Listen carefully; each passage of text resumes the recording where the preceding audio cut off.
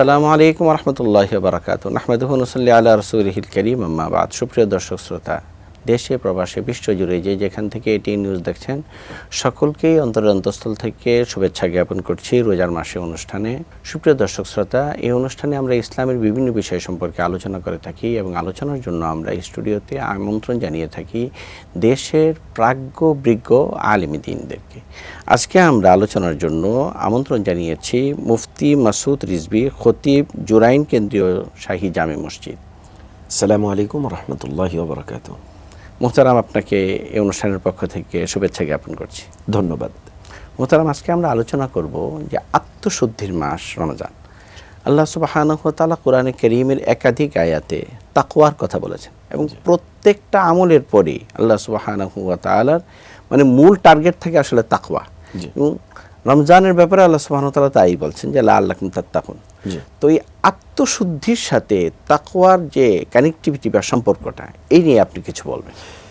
ধন্যবাদ আপনাকে, বিজ্ঞ প্রাজ্ঞ সঞ্চালক। অত্যন্ত চমৎকার এবং সময় উপযোগী একটি বিষয়বস্তু আপনি আজকে অবতারণা করেছেন।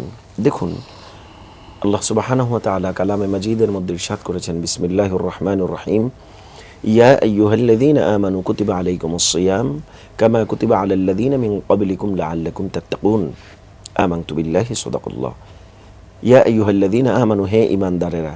এখানে একটা পয়েন্ট, মুমিন যারা ঈমান এনেছেন, বিশ্বাসী, আল্লাহ তাদেরকে বলছেন কুতিবা আলাইকুমুস সিয়াম, তোমাদের প্রতি আমি মাহে রমাদানের রোজাকে ফরজ করেছি।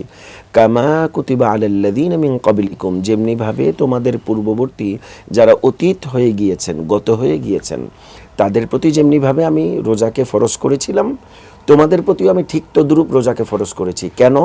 লাআল্লাকুম তাত্তাকুন, যাতে করে তোমরা মুত্তাকি হতে পারো, তাকওয়া অবলম্বন করতে পারো। তো মাহে রমাদানের সাথে তাকওয়ার সাথে যে কানেক্টিভিটি, এটা অত্যন্ত স্ট্রং একটা কানেক্টিভিটি এবং সুদূর প্রসারী এবং ওতপ্রোতভাবে জড়িত এই সম্পর্ক। কেননা মাহে রমাদানুল মুবারক আসার সাথে সাথে নবী পাকের শাশ্বত বাণী অনুযায়ী, আউয়ালুহুর রাহমা ওয়াসাতুহুল মাগফিরা ওয়া আখিরুহুন নাজাতু ওয়া ইতকুম মিনান নার, রহমত, মাগফিরাত এবং নাজাতের যেই আবহ 10-10-10 ভাগ করে করে 3 দশকে 30 দিনের যেই কমপ্লিট প্যাকেজ আল্লাহ রব্বুল আলামিন কর্তৃক নির্ধারিত, এবং যেই মাসকে তিনি বান্দার মুক্তির জন্য, চূড়ান্ত নাজাতের জন্য নির্বাচন করেছেন 12 মাসের মধ্যে, সেই মাসের সাথে আল্লাহ পাক রব্বুল আলামিন বান্দার তাকওয়া অর্জন করা এবং মুত্তাকি হিসেবে নিজেকে সুপ্রতিষ্ঠিত করা, আল্লাহ পাক রব্বুল আলামিনের কাছে গ্রহণযোগ্য বান্দা হিসেবে একেবারে সার্টিফাইড করার একটি মোক্ষম সময় মাহে রমাদানুল মুবারক। কেননা তার চর্চা শুরু হয় মাহে রমাদানুল মুবারক যখন আসে। আপনি খেয়াল করে থাকবেন, আমাদের দিন শুরু হয়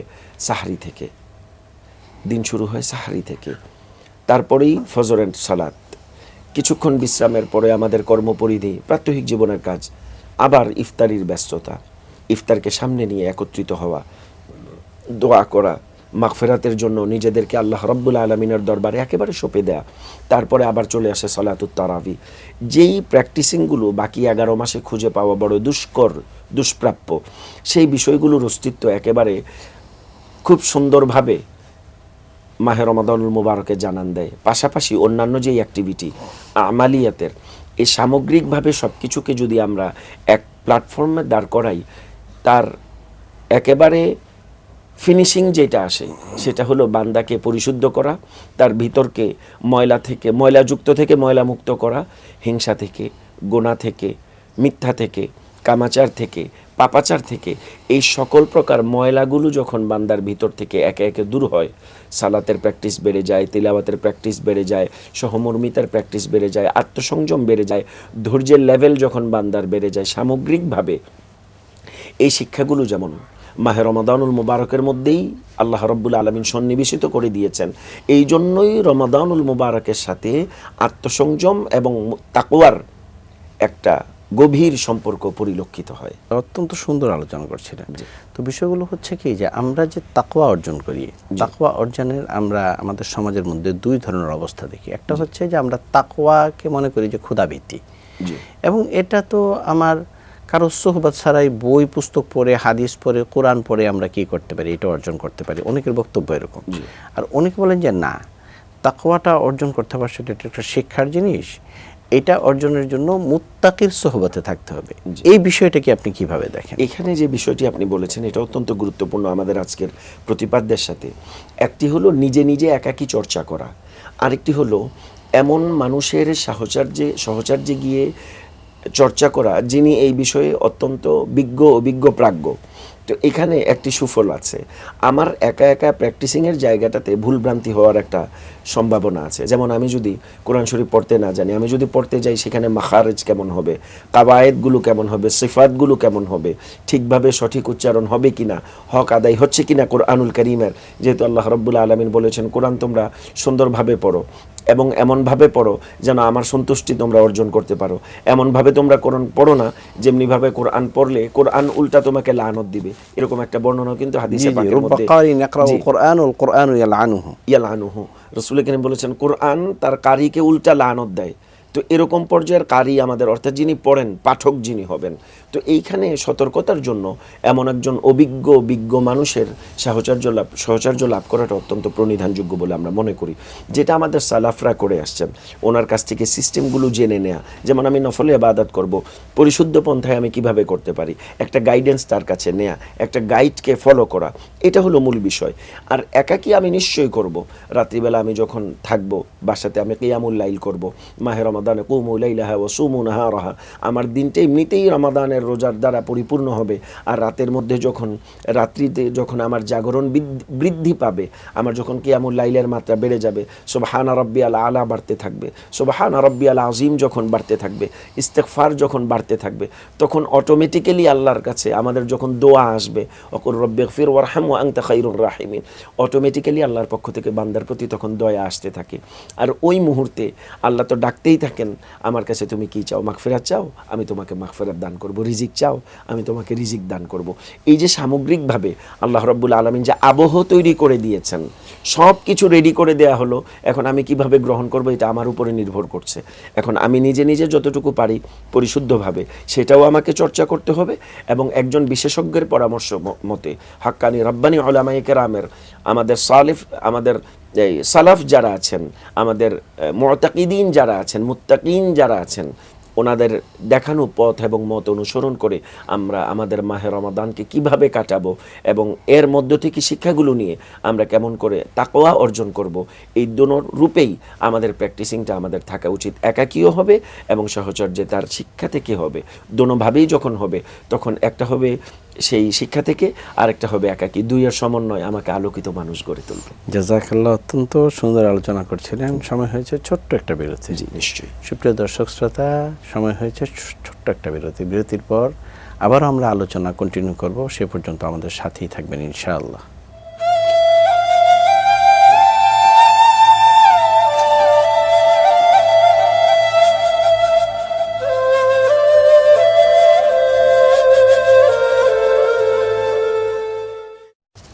আসসালামু আলাইকুম রহমতুল্লাহ।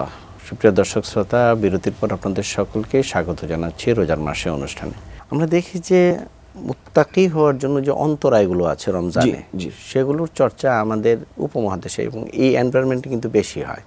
আমরা দেখা যায় যে যারা দোকানি আছি, দ্রব্যমূল্যের ঊর্ধ্বগতি বাড়িয়ে দিই, আমরা মাল স্টক করি, আমাদের যারা মার্কেটের কর্মচারী আছেন ওনারা এই সময় বেশি মিথ্যা কথা বলেন এবং মিথ্যা কথাকে একটা আর্ট মনে করেন ওনারা। এই বিষয়গুলো তো আসলে তাকওয়ার অন্তরায়, যে কোরআনে কারিমে যে বলা হয়েছে লাআল্লাকুম তাত্তাকুন, এর তো অন্তরায়। এই তাকওয়ার অন্তরায়ের বিষয়গুলো যারা এই রমজানে পালন করছে তাদের রোজা কি আসলে হবে প্রকৃত রোজা, যেটা বলছেন আপনি? প্রকৃত রোজার ক্ষেত্রে এটি একটি বড় অন্তরায়, যেটি আপনি বারবার উচ্চারণ করছিলেন। দেখুন, মাহে রমাদানুল মোবারক যেখানে আমাকে আত্মসংযমী হওয়া শিক্ষা দিচ্ছে, তাকওয়ার পথে আমাকে পরিচালনা করার জন্য মানে ধাক্কা দিয়ে পাঠাচ্ছে, বেটা তুই আরেকটু তাকওয়াবান হ, মুত্তাকি হ, সুবর্ণ সুযোগ। 11 মাসে এই কোর্স আর খুঁজে পাওয়ার সুযোগ নাই, পরবর্তী রমাদান পাবো কি পাবো না তারও কোনো নিশ্চয়তা নেই। তো এই সময়টাকে প্রপার ইউটিলাইজ করার জন্য আমাদের একটি মানে গোল্ডেন অপরচুনিটি বলা যায় মাহে রমাদানুল মুবারক। তো রোজা রাখলাম, আর দোকানে আমার বেচা কিনা খুব সুন্দর করার জন্য আমি মিথ্যাকে আর্ট হিসেবে খুব চমৎকার মার্কেটিং করতে পারি, আমি একেবারে যা তা বলে বেড়াচ্ছি। তো আমি ভালো জানি যে আমার রোজাটা আসলে কোন লেভেলের। একটু আগেই আমরা বলছিলাম আলোচনার ক্ষেত্রে যে রোজাদারের কিছু কিছু রোজাদারের রোজা আল্লাহ পাক রব্বুল আলামিন তার চেহারার উপরে ফিকে মারবেন, যে এমন রোজা আমাদের প্রয়োজন নাই। এবং নবী করিম সাল্লাল্লাহু আলাইহি ওয়াসাল্লাম খুব কঠোর ভাষায় একেবারে চেহারা জামালিয়াত, একেবারে খুব জালালি অবস্থায়, হুজুরে পাক সাল্লাল্লাহু আলাইহি ওয়াসাল্লামের বর্ণনাতে এসছে যে চেহারা লাল হয়ে গিয়েছিল, তিনি রাগান্বিত অবস্থায় বলেছেন যে এমন রোজা তাদের জন্য শুধুমাত্র উপবাস ছাড়া আর কিছুই নয়। মাহে রমাদানুল মুবারকের যে মূল প্রতিপাদ্য তাকুনের যেই পর্যায়, সেখান থেকে তারা বিচ্যুত হবে এবং সেই বরকত থেকে তারা বঞ্চিত হবে। অতএব যে সকল বিষয় আমাকে তাকওয়ার পর্যায়ে যাওয়া থেকে অন্তরায় করে দেয়, সেটা হতে পারে মিথ্যা, সেটা হতে পারে মিথ্যার ছলে মিথ্যা বলা, কথার কথা বলি না আমরা, কথার কথা, এই জাতীয় অনেক কথা এবং এই জাতীয় প্র্যাকটিসিং যেগুলো, ব্যাড প্র্যাকটিসিং যেগুলো আছে, এগুলো থেকে আমাদেরকে বিরত রাখতে হবে। জেনে না জেনে, বুঝে না বুঝে কথার কথাও বলা যাবে না, কথার কথাও করা যাবে না, করাও করা যাবে না। এগুলো আরও খারাপ শব্দ, এগুলো আমাদেরকে আস্তে আস্তে ওইটার দিকে ধাবিত করে। একটা উসুলের পরিভাষা আছে, বান্দা যখন ফিসকো ফুজুরের মধ্যে বান্দা যখন মুবতালা হয়ে যায়, বান্দা যখন ফাসেক হয়ে যায়, আস্তে আস্তে তাকে কুফরের দিকে ধাবিত করে।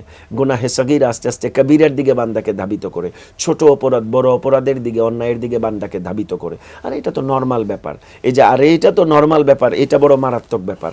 এখান থেকে যেন আমরা বিরত থাকি। আর এখান থেকে যখন আমরা বিরত থাকব, তখনই মূলত তাকওয়ার জায়গাতে আমাদের ইন হবে। আর যখনই তাকওয়াতে আমরা ইন করব, তখন রমাদানুল মুবারকের রহমত, বরকত, নাজাত, মাগফিরাত, রহমতের সেই সামিয়ানার নিচে আমরা নিজেদেরকে খুঁজে পাবো। আসলে বিষয়টি হচ্ছে কি, আমরা অনেক সময় দেখি যে আমাদের অন্য অন্য দেশে, বিশেষ করে ক্রিসমাস ডে উপলক্ষে আমরা দেখি যে জিনিসপত্রের দাম কিন্তু কমে যায়।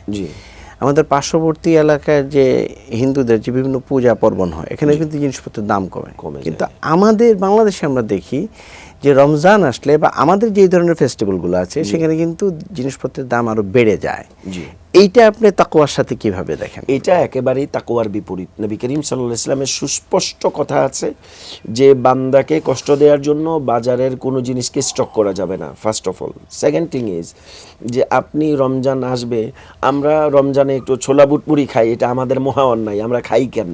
এই জন্য রমজানের আগে থেকে এগুলো হাজার হাজার মেট্রিক টন আনতে হবে এবং এগুলোকে ওই যে স্টোরেজ করতে হবে এবং বাজারে হাইপ তুলে দিতে হবে যে নাই, বা ভিন্ন ভিন্ন পর্যায় দিয়ে আমাদের সমাজের মধ্যে যেই আমাদের সাথে যেই অবিচার করা হয়, আমাদের সাধারণ দর্শক, আমাদের ক্রেতা শ্রেণীর সাথে যেই অবস্থাটা তৈরি করা হয়, আসলে এটা একেবারেই কাম্য নয়। আল্লাহ তাতগাউফিল মিজান ওয়া কিমুল ওয়াজনা বিল কিসতি ওয়া লা তুখসিরুল মিজান। এই দাড়িপাল্লাতে 19-20 করলে ওই দাড়িপাল্লাতে কিন্তু আটকে যাওয়ার সমূহ সম্ভাবনা থাকবে। অতএব মাহে রমাদানুল মুবারক আসলে ধর্মীয় অনুভূতি পাশাপাশি রহমতের আবহকে কাজে লাগানো, আত্মসংযমের ক্ষেত্রে যেন অন্তরায় না হয়। আমরা যেন ভিতর থেকে যেন রোজাদার হতে পারি এবং আমরা যেন এই সাময়িক বাজারের এই মূল্য বৃদ্ধি করে সাময়িক মুনাফা অর্জন করতে গিয়ে যেন আমরা আখিরাতের মুনাফাকে হাতছাড়া না করি। এই ব্যাপারে আমাদের বড় সতর্ক থাকা উচিত। জাযাকাল্লাহ। রাসূল পাক সাল্লাল্লাহু আলাইহি ওয়াসাল্লাম যে সাহাবা ইকরামকে এক মুত্তাকি জামাতে পরিণত করেছিলেন, আমাদের সমাজে যদি আমরা এই মুত্তাকি জামাতে পরিণত করতে চাই, তাহলে আমার কি উদ্যোগ গ্রহণ করতে হবে সংক্ষেপে ছোট্ট করে যদি বলেন। আমাদেরকে মুত্তাকি হতে হলে, যদি মাহে রমাদানুল, যেহেতু মাহে রমাদানুল মুবারক চলছে, মাহে রমাদানুল মুবারক হতে পারে মুত্তাকি হওয়ার সুবর্ণ সুযোগ। এবং মাহে রমাদানুল মুবারকের যেই কাজগুলো আছে, অ্যাক্টিভিটিগুলো আছে, রোজা রাখা, সুহুর আদায় করা, ইফতার করা, 5 ওয়াক্ত নামাজ জামাতের সাথে পড়া, কোরআনুল কারীমের তিলাওয়াত করা, মিথ্যাকে পরিহার করা, ওজনকে ঠিক করা, মিথ্যার ছলেও মিথ্যা না বলা, কৌশল না করা, এই জাতীয় ভালো ভালো কাজগুলো যেগুলো আছে, ইল্লাল্লাযীনা আমানু ওয়া আমিলুস সলিহাতি ওয়া তাওয়াসাউ বিস-সবর ওয়া তাওয়াসাউ বিল হক, সত্য পথে নিজেকে পরিচালনা করার জন্য ধৈর্যের সাথে সেই পথে এগিয়ে যাওয়া এবং সেই অ্যাক্টিভিটিগুলোকে নবী করিম সাল্লাল্লাহু আলাইহি ওয়াসাল্লামের সুন্নাহ অনুযায়ী আমল করলেই মূলত মাহে রমাদানুল মুবারকে আমরা বেশি বেশি সেই জায়গাতে আল্লাহ পাক রব্বুল আলামিনের কথাকে আমরা প্রতিপালন করতে পারব। সুপ্রিয় দর্শক শ্রোতা, আগামীতে আপনাদের সাথে আবার দেখা হবে নতুন কোনো টপিক নিয়ে, নতুন কোনো গেস্টের সাথে। সে পর্যন্ত আপনারা ভালো থাকবেন, সুস্থ থাকবেন।